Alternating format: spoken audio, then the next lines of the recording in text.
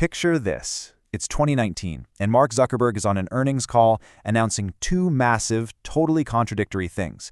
First, he drops this staggering stat. 2.1 billion people, literally more than a quarter of the global population, are using at least one Facebook service every single day. But then, second, he announces Facebook had just agreed to pay a $5 billion fine to the Federal Trade Commission for violating users' privacy. And then he says something that no confident company CEO ever says. He actually asked the government for more regulation. Now, that is not what success looks like, right? That is what it looks like when a wildly successful company realizes its own governance is fundamentally failing and they have absolutely no idea how to fix it alone. Welcome to This Explainer. Today, we're diving into the story of exactly why Facebook can't fix itself. And spoiler alert, the reason is entirely structural, not moral. Okay, let's dive into this. Listen to exactly what Zuckerberg said. I don't believe it's sustainable for private companies to be making so many decisions on social issues. Think about the sheer irony there. You've got the highly confident founder, the guy who famously told his team to move fast and break things, publicly admitting, almost begging, that his private company shouldn't be making the final call on complex social issues. And the penalty for getting those decisions wrong was absolutely massive: $5 billion. We are talking about the largest privacy fine in U.S. history handed down by the FTC to penalize Facebook's massive failure to protect user data. Though honestly, when you look at Facebook's sheer revenue, $5 billion is essentially just a very expensive speeding ticket. But here's where it gets really crazy. You have to contrast that massive institutional failure with this number, $2.1 billion. Over a quarter of everyone on Earth logging in every single day. It's this profound, almost unbelievable disconnect. You have peak financial and user success happening at the exact same time as a total systemic governance failure. Part 1. The machine, where engagement equals profit.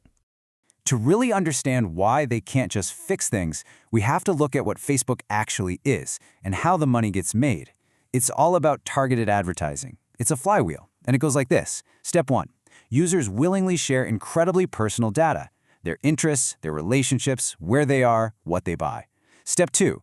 Facebook's algorithms take all that data and let advertisers target perfectly defined audiences.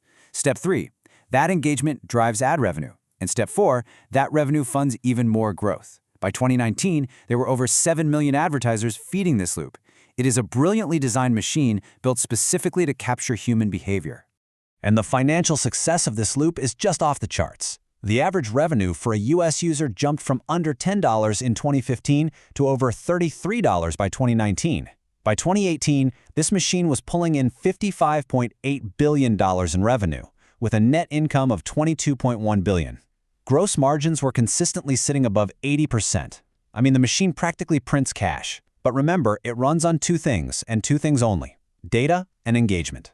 Now, here is the fatal structural flaw embedded right in the middle of that very lucrative loop. I really want you to let this sink in. The closer a post gets to the line of being banned, the more people engage with it. Seriously, read that again. The posts that are borderline too harmful to even be allowed on the platform are actually the most engaging posts they have.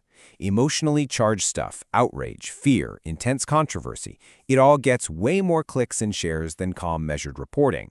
So the algorithm mathematically rewards the exact same toxic content that corporate governance is desperately trying to stop. Facebook didn't build this to fail at governance. They built an engagement engine. The governance failure was just the collateral damage. Part 2. The content curation paradox. So, this brings us to the totally impossible situation that any platform hosting user-generated content eventually runs into. It's a massive tightrope walk.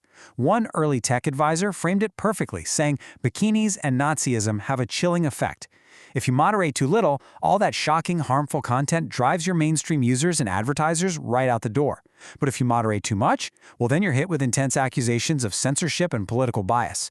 Republican senators were furious, arguing Facebook was suppressing conservative voices. Meanwhile, Democratic senators were equally furious, arguing the platform wasn't doing nearly enough to stop misinformation. Every single time they made a moderation decision, somebody got angry. And to fully grasp this, you have to understand the staggering scale we're talking about here. Out of 4.1 billion moderation decisions, almost 97% of them are just straightforward spam. Things like hate speech make up just a tiny fraction, like 0.15%. But here's the catch. When you are dealing with billions of posts every single day, even a fraction of a percent translates into a terrifyingly huge mountain of toxic content slipping through the cracks. And the complexity of trying to actually police that kind of volume is mind-boggling. To handle it, Facebook built a convoluted enforcement process and a global army of roughly 30,000 human content moderators. 30,000 people.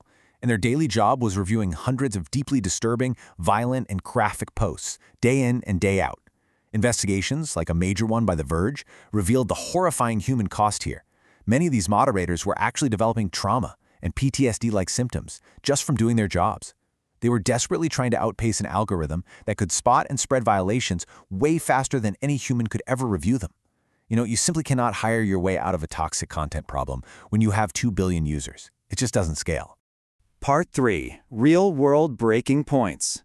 So what exactly happens when that impossible paradox collides with the real world? For a long time, Zuckerberg's foundational philosophy was that Facebook should be a neutral public square. They shouldn't be in the business of deciding what's true or false. And that worked okay for personal opinions. But that illusion of neutrality completely shattered when faced with coordinated propaganda designed to look like personal opinion. Suddenly, there's a rapid succession of massive crises. In 2016, we saw huge waves of political misinformation during the US election. By 2018, the EU brings down sweeping GDPR privacy regulations. And human rights groups highlighted Facebook's role in spreading hateful, deadly rumors in Myanmar. The breaking points were everywhere.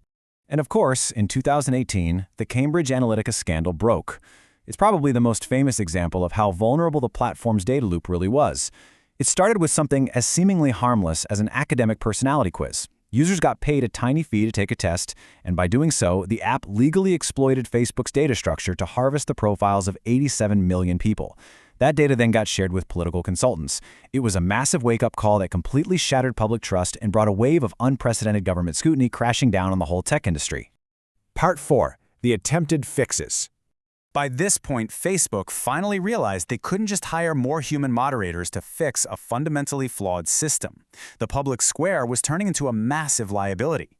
So Zuckerberg proposes a major pivot.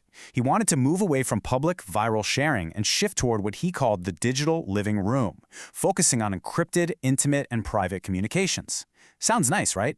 But Wall Street immediately panicked. Think about it. How do you serve highly targeted ads on a totally encrypted private platform? You don't. When Facebook announced slowing growth alongside this pivot, their stock plummeted 19% in a single day. That wiped out $119 billion in market value, literally the largest single-day drop in the history of the U.S. stock market. Now, what's really interesting about this is how they tried to handle the content curation side of the problem. Instead of continuing to make those impossible calls themselves, Facebook pledged $130 million to create a completely independent oversight board. Think of it like a sort of Supreme Court for the platform. The idea was to outsource the hardest, most controversial censorship and policy decisions to an independent trust, keeping it completely separate from the day-to-day pressures of their shareholders. But let's be real for a second and look at the harsh reality. These structural fixes, they might just be expensive band-aids. Because the act of connecting more people more intensely is in itself the core of the problem. As long as their algorithms mathematically reward emotional extremity, and as long as their core advertising business model remains exactly the same, the machine is going to keep doing exactly what it was built to do: monetize our outrage. Which leaves us all with one final, deeply provocative question to chew on. Can an algorithm explicitly built to maximize engagement ever actually be trusted to govern it? It's a structural trap. And until the fundamental mechanics of how social media platforms make their money are changed, true self-regulation might just be a comfortable illusion. Something to think about the next time you're scrolling through your feed. Thanks for joining me on this explainer, and I'll catch you next time.